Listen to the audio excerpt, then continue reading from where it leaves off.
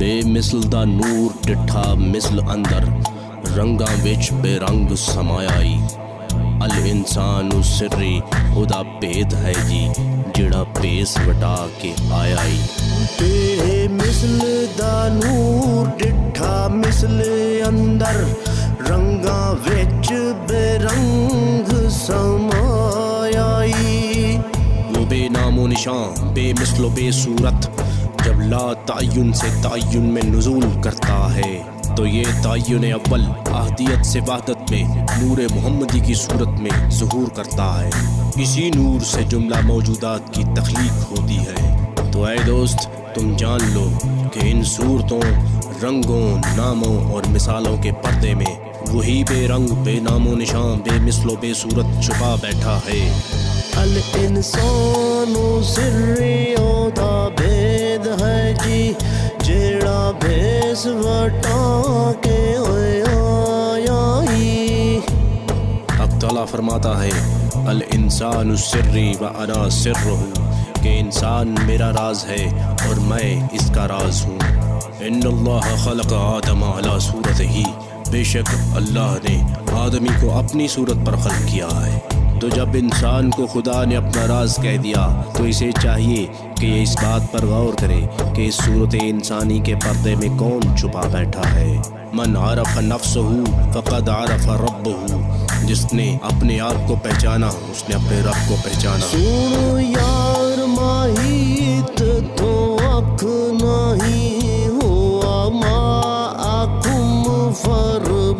فرمایائی اے دوست سنو کہ ذات حق تم سے ہرگز ہرگز جدا نہیں اسی لیے تو اس نے فرمایا ہے وَهُوَ مَعَكُمْ أَيْنَمَا كُنْتُمْ وہ تمہارے ساتھ ساتھ ہے جہاں کہیں بھی تم ہوتے ہو بس یہ دوئی کا وہم اپنے دل سے نکال دے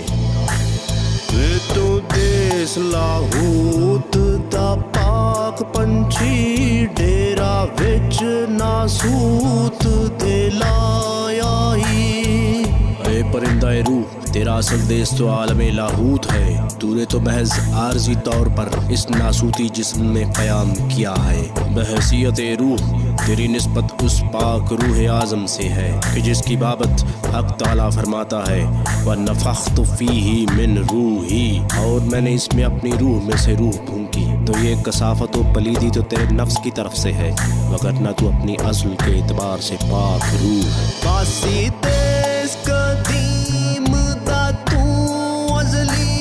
ایتھے آن حادث اخوایائی اس عالم حادثات و ممکنات میں یہ جو تیرا وجود بطور حادث نمودار ہوا ہے یہ تیرا ذاتی نہیں بلکہ یہ کلی طور پر وجود حق سے مستعار ہے بس تیری حقیقت خود حق ہے اور حق قدیم ہے مٹی اگ ہوا پانی چار عنصر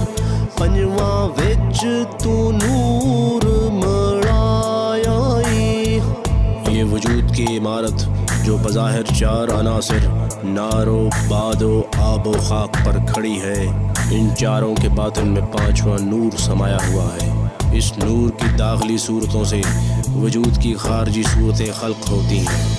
تو ہے آپ نوری تیری ذات نوری خاکی بن کے خاک صدایائی اے اس خاکی جسم میں مقیم جوہر نوری اس عالم اجسام کی سیر کرنے کے لیے تیری نوری صورت نے ہو بہو اپنے جیسا خاکی لباس اپنے اوپر اوڑھ لیا بس جس کی نظر اس خاک سے اوپر نہ اٹھ سکی اس نے اسے محض خاک تصور کیا جبکہ نور کی آنکھوں سے دیکھنے والے اس نوری حقیقت کو خوب پہچانتے ہیں اسے نور دے ہیں کمال سارے جن خاک تے حکم چلایائی اس خاک کے پتلے میں حیات و علم و قدرت ارادہ و سماعت بصارت و کلام اور واہمہ جیسے تمام تر کمالات اسی نور سے ظاہر ہوتے ہیں اور یہ نور ہی مادے پر حاکم ہے اے ہوئی لم یلد ولم یولد جمدا کس نو نہ کس جایائی یہ نور وحدت اسی